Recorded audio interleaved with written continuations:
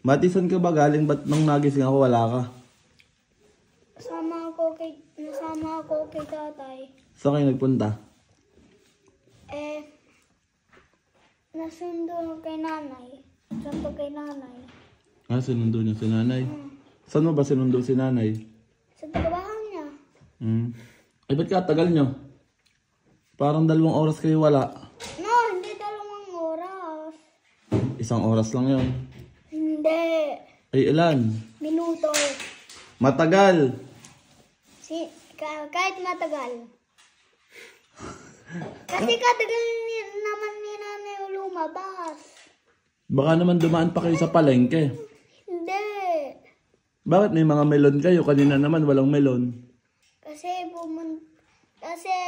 pag sundo kay nanay, pumunta tayo sa item. Pumunta tayo. Mali ang grammar. Hindi ako kasama. Pumunta kami. Oh, wag, masakit. Helmo na. Ano bang niluluto ni nanay? Titingnan ko nga. Ang tagal niya na dumating eh. Okay, naiinip. Wala kasang kasama sa bahay. Tapos kita niya naman, sipag ni nanay. Sinundo sila ni tatay at saka ni mati sa trabaho. Tapos pagdating dito, magluluto na agad si nanay. Nanay, anong lulutuin na? Ha? Itlog. Itlog daw. Siguro ginisang itlog kasi may kamatis. Tignan nyo naman ang itlog namin, 2 klase. May itlog na brown, may itlog na puti. Pero same lang yan ang lasa. Nay, nga kayo nito? Magbanlaw. Yung magluto niyan.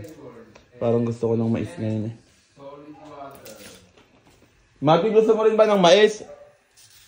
Ha, Mati? Mati, gusto mo ng mais? Magluluto si nanay ng mais, ayaw mo? Kaya lang pag niluto ni nanay, dapat kakainin mo para hindi sayang. Favorite mo na. Gusto, I mean. Kakain ka ba hindi? Ng mais? Pero mamaya, baka. Matagal pa lutuin yon. Mga 30 minutes lutuin yon.